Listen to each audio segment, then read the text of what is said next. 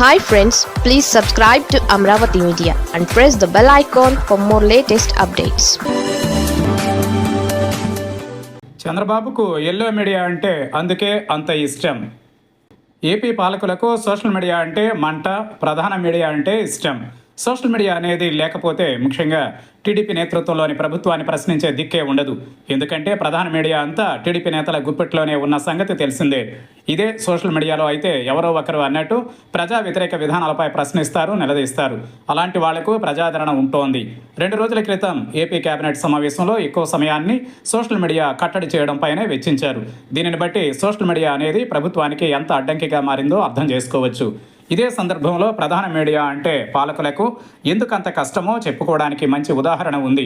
తాజాగా రాజధాని ప్రాంతంలో సీడ్ యాక్సెస్ రహదారి వేయడానికి కొంత స్థలం అవసరమైంది.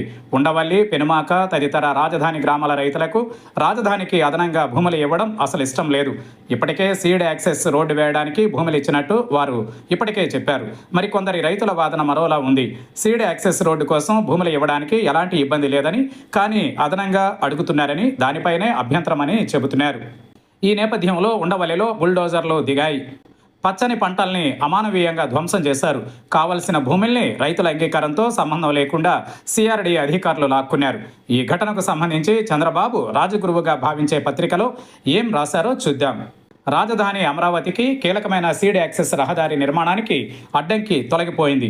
అవసరమైన 2.77 ఎకరాల భూమికి అవార్డు పాస్ చేసిన సిఆర్డీఏ అధికారులు స్వాధీనం చేసుకున్నారు. ఉండవల్లిలో భూ యజమానులు అడ్డుకోగా పోలీసులు వారిని నిలువరించేందుకు ప్రయత్నించారు.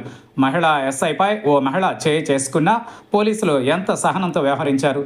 భూముల స్వాధీనం అనంతరం కాంట్రాక్టర్కు అప్పగించగా వెంటనే చదును పనులు ప్రారంభించారు. ఇప్పటికే ప్రకటనలు ఇచ్చిన గ్రామాల్లోనూ అవార్డు నోటీసులు ఇచ్చి తదుపరి ప్రక్రియ పూర్తి చేయనున్నారు. మీడియా అంటే ప్రతిపక్ష పాత్ర పోషించాలి, ప్రజల గొంతుకగా నిలబడాలి. బాధితుల ఆవేదన, ఆక్రందనను ప్రపంచానికి చాటి చెప్పాల్సిన మీడియా అందుకు విరుద్ధంగా ప్రభుత్వ దుశ్చర్యలకు వెన్నుదన్నుగా నిలబడడం ఆశ్చర్యం కలిగిస్తోంది. పైగా భూమి పోగొట్టుకున్న మహిళా రైతు ఆవేదనతో మహిళా ఎస్ఐపై చేయి చేసుకోగా చాలా గొప్ప మనసుతో పోలీసులు సంయమనం పాటించారని రాశారంటే వీళ్ల రాతలు ఎవరి ప్రయోజనాల కోసం అర్థం చేసుకోలేనంత అమాయకత్వంలో జనం లేరని నెటిజన్లు చీవాట్లు పెడుతున్నారు. ఇదిలా ఉండగా మరో టీడీపీ అనుకూల పత్రికలో అయితే అసలు ఆ వార్తే లేకపోవడం గమనార్హం. సదరు పత్రిక యజమాని ఆదివారం అయితే చాలు ప్రపంచం అట్లా ఇట్లా అంటూ ఆకాశమే హద్దుగా నీతి కబుర్లను అక్షరరాశులుగా పోసి చెబుతూ ఉంటారు. అదేంటో గాని చంద్రబాబు అధికారంలో ఉంటే ప్రజా వ్యతిరేక విధానాల్ని కప్పిపుచ్చడం తమ గురుతర బాధ్యతగా టీడీపీ అనుకూల మీడియా విలువల వలువల్ని యథేచ్ఛగా విడిచిపెట్టి రాతల్ని వండి వార్చుతోంది. ఇదే సోషల్ మీడియాలో బాధ్యతాయుత జర్నలిస్టులు అమరావతిలో వాస్తవాల్ని ప్రజల ముందుంచారు. అందుకే పాలకులకు సోషల్ మీడియా అంటే అస్సలు నచ్చడం లేదు.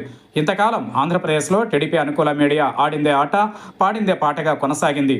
తాను కొయ్యకపోతే లోకం తెల్లారదని వెనుకటికి ఓ కోడిపుంజు అనుకున్నదట. టీడీపీ అనుకూల మీడియా తీరు కూడా ఇంతే. తాము రాసిందే వార్త, లేదంటే ఏదీ సమాజానికి తెలియదని అనుకుంటోంది. సోషల్ మీడియా పుణ్యమా అని ప్రత్యామ్నాయ మీడియా ఉధృతంగా తెరపైకి వచ్చింది. నిజాలు చెప్పాలని భావించే వారికి అది మంచి వేదిక అయింది. అలాగే అబద్ధాలని, ప్రత్యర్థులపై విషం చిమ్మే వాళ్లకు కూడా సోషల్ మీడియా వేదిక అయింది.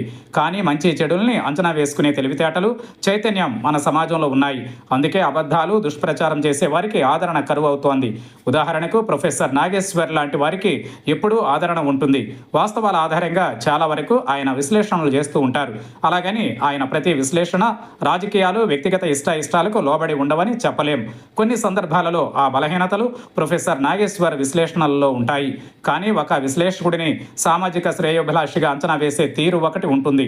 అతను లేదా ఆమె వెల్లడించే అభిప్రాయాలలో సామాజిక ప్రయోజనాలు ఉన్నాయా, లేక కొన్ని రాజకీయ పార్టీలకు లాభం కలిగించేలా ఉన్నాయా అని గుర్తించడం పెద్ద కష్టం కాదు. పచ్చని పంటలను యంత్రాలతో ప్రభుత్వమే దున్నినా పట్టించుకొని మీడియా ఎవరికి కొమ్ము కాస్తున్నదో అర్థం చేసుకున్నంత అమాయక స్థితిలో సమాజం లేదు. ఇంతకాలం ఇలాంటి మీడియా వ్యవస్థల్ని రక్షణ కవచంగా పెట్టుకుని రాజకీయాలు చేస్తున్న వారికి ప్రత్యామ్నాయంగా ప్రజల గళాన్ని వినిపించే సోషల్ మీడియా అంటే గిట్టకపోవడంలో పెద్ద ఆశ్చర్యమేమీ లేదు. కట్టడి చేయాలనే ప్రయత్నాలతో మరింత వ్యతిరేకతను సృష్టించుకుంటామనే స్పృహలో ఉంటే మంచిది. ఎందుకంటే సోషల్ మీడియా విస్తృతి ప్రపంచమంతా అని గుర్తుంచుకోవాలి. తెలుగు రాష్ట్రాల్లో కాకపోతే ఇంకో రాష్ట్రమో, దేశం నుంచో ప్రజా వ్యతిరేక విధానాలపై నిప్పు లాంటి నిజాలు మాట్లాడుతూనే ఉంటారు. సోషల్ మీడియా కారణంగా ప్రపంచమే కుగ్రామమైంది. అలాంటప్పుడు ఎల్లలు అడ్డంకి కావని పాలకులు గుర్తుంచుకోవాలి.